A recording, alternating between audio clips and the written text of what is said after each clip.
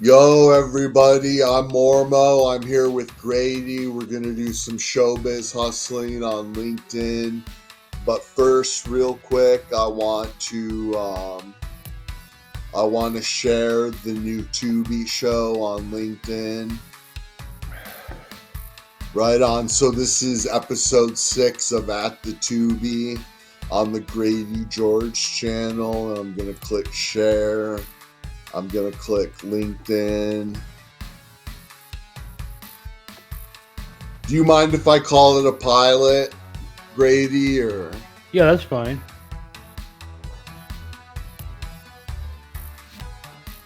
Check out my pilot for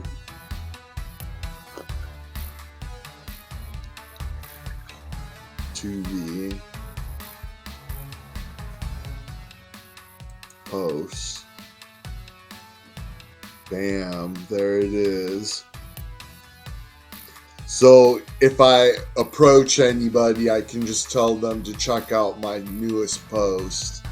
I don't know if you can pin posts on LinkedIn or not. Yeah, I don't use LinkedIn, so I'm not sure.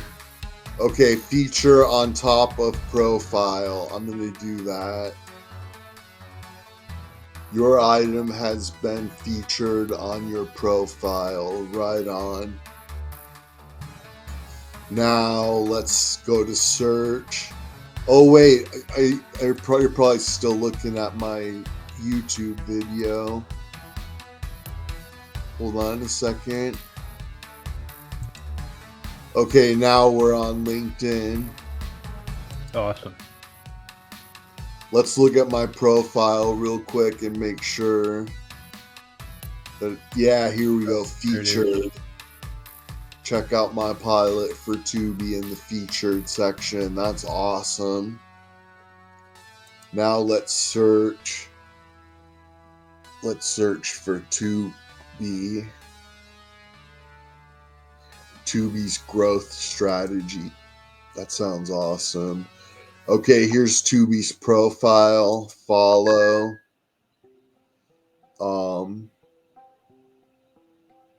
View page.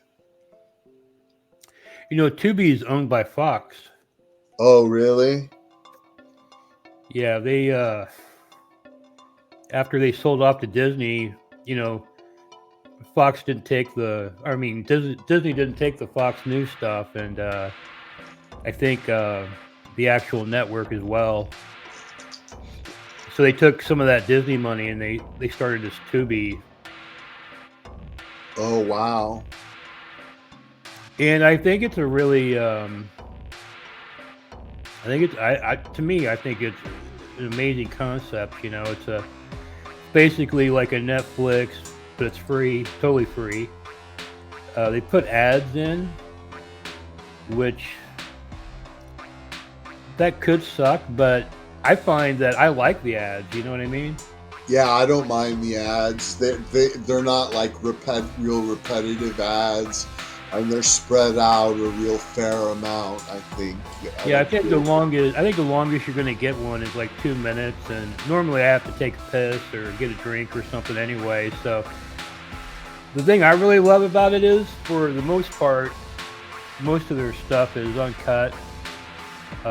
Like, I know they do have some cut stuff on there. My theory is they just buy catalogs from distributors, and whatever movie they digitized for that format or whatever, they just go ahead and throw it up. I don't think they're looking around at what they got and making special. They're not intentionally cutting content.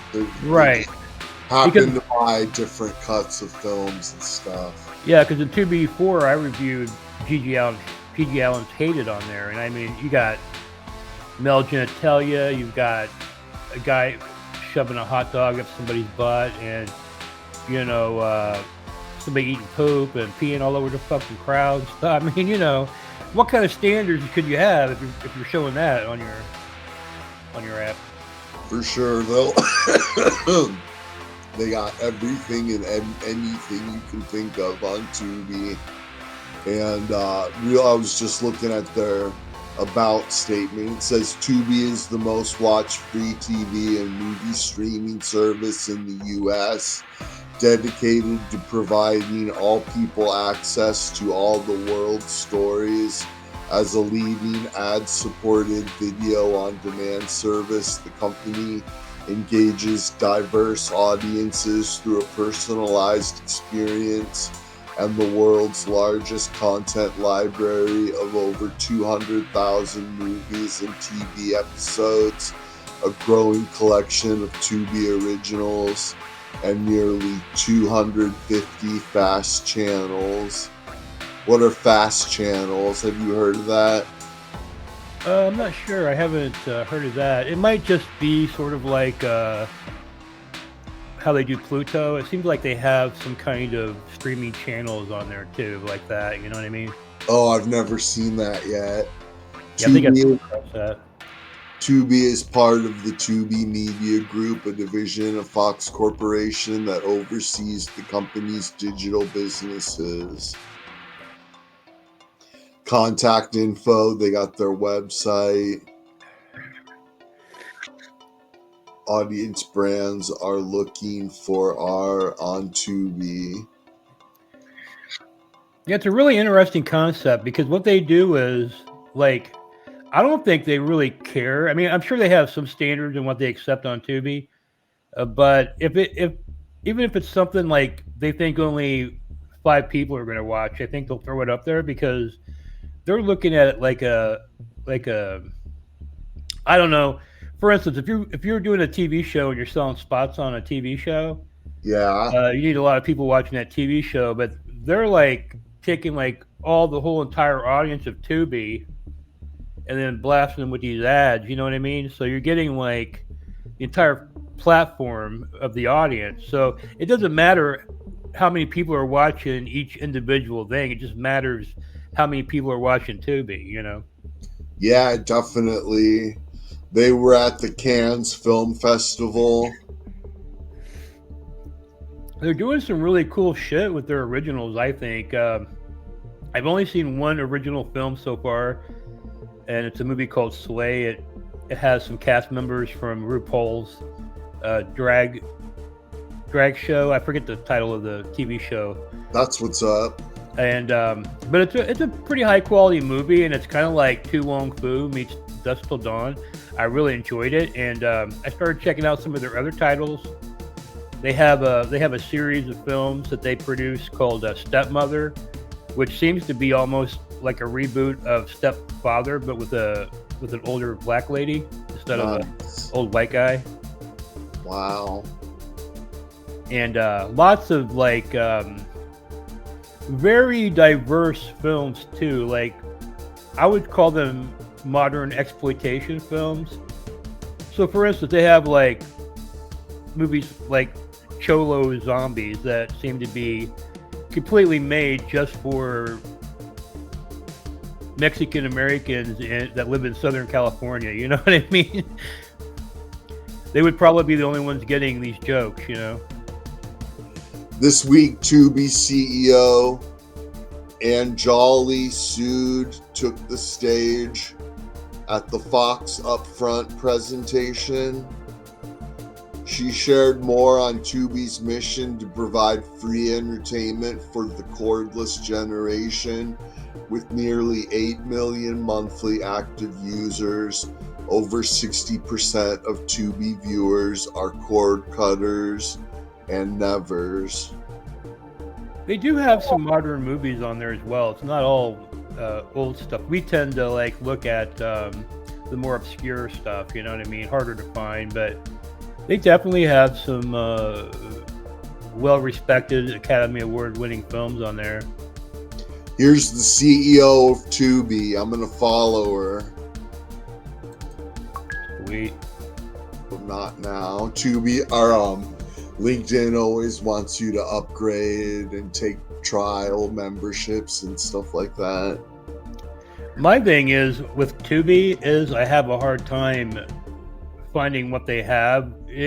Unless you know specifically what you're looking for, it's easy just to search if they have it or not. But if you don't have something in mind, if you're trying to look through stuff, they just have way too much stuff to look through, and I find their categories to be a little bit limited. They don't put everything. I don't know exactly how they curate their categories, but for instance, tonight I'm going to be reviewing a movie called Zombie Ass, which is a movie I saw, I don't know, maybe 10 years ago. And it's a pretty obscure movie. I've actually rented it online because I couldn't find it anywhere else. I actually paid to watch it, but I just, on a lark, just typed in Zombie Ass and there it was. So I'm going to be reviewing it tonight. I cannot wait. 'Cause that's a movie like a lot of people haven't seen, but I just think it's crazy and I love it. So I'm excited to expose it to new audiences. Right on. So I'm gonna leave a comment on Tubi's profile on that post about the CEO speaking at that Fox event. What do you think I should say to him? I don't know.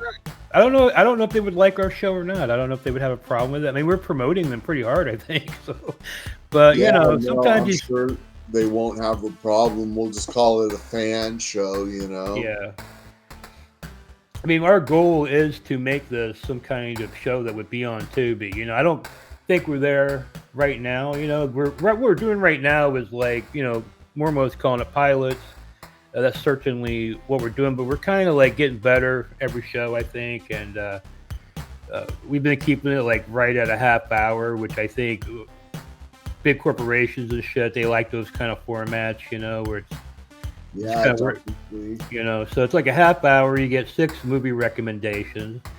To me, if you're somebody on Tubi and you don't know what to watch, and you're just kind of like open for suggestions, you could watch our show, and I think you would find 6 movies that would be up your alley. I think Mormo tends to go like more do-it-yourself kind of movies. I'm more of an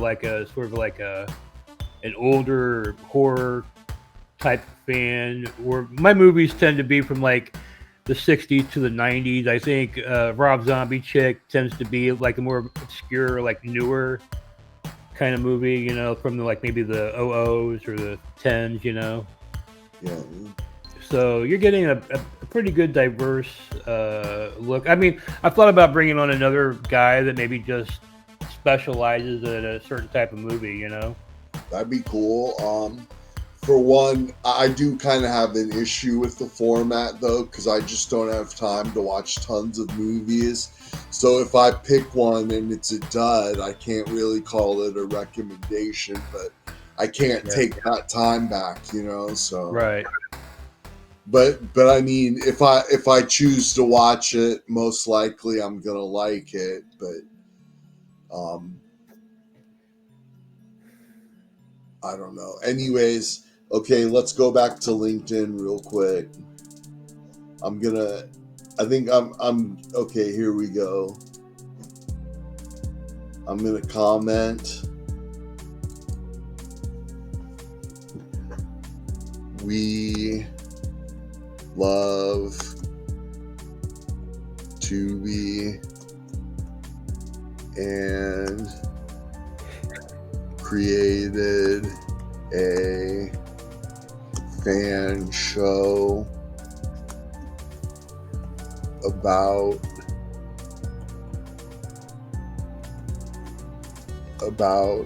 it. It's featured on my profile.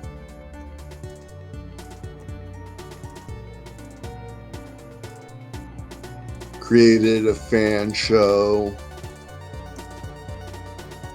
pilot about it. It's featured on my profile.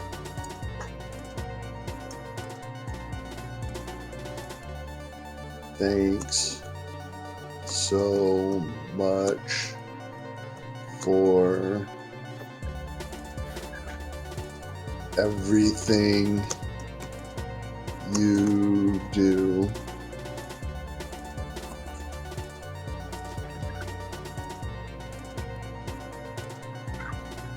post. Bam. Awesome. I don't think it's gonna hurt. We'll see if we get contacted by the lawyers. Yeah, cease and desist or something. Keep our name out of your bitch mouth. Just change it to at the boobies. We'll just review boobs. Yeah, I've reviewed Trauma Now for a long time. I've been a reviewer of Trauma Now, and that's always fun because typically, like, the filmmaker will reach out to me and we become best friends and shit. And yeah, like that's why I like reviewing low budget and no budget movies, because the people care what you think. You know what I mean? Like, Hollywood very rarely will acknowledge you and your opinion and stuff, but when you review low budget and no budget movies, those people actually care what you think and will reach out to you and network with you and everything. Yeah, that's the other thing about Tubi is you don't even have to sign up, and I love that too. You know what I mean? So if you're like one of these people, you're like, oh, I don't want to fucking sign up to another thing or whatever. They're gonna send me a bunch of shit in my email and bug me. No, you just go there, search, hit play. I see they have the option to log in where it'll like save where you left off if you. Yeah, I actually log in. I do like that feature because you can like, it'll save where you left off, or it also allows you to keep a list of, like a watch list, you know. Right on, that's awesome. So what I've done is I went through, like, I was bored one day and I literally went through like 1,000 movies, and I picked, I think my watch list is up to like 100 movies or something that I want to watch at some point. So if I ever want to watch something, I just go through my watch list right now. That's incredible. I'll have to sign up for that too and just have the huge list, because I could see myself adding like 10 or 15 movies from a certain actor or a certain genre, but not necessarily wanting to watch 15 movies in a row. But like, if I had a list, I could mix it up and have a variety of different kinds of films. And yeah, my thing is, like, I feel like you're probably going to run into like kind of what early YouTube did. I mean, I hope not, but for instance, I was watching that movie, The Untold Story, that Hong Kong category. What do they call them? Category something?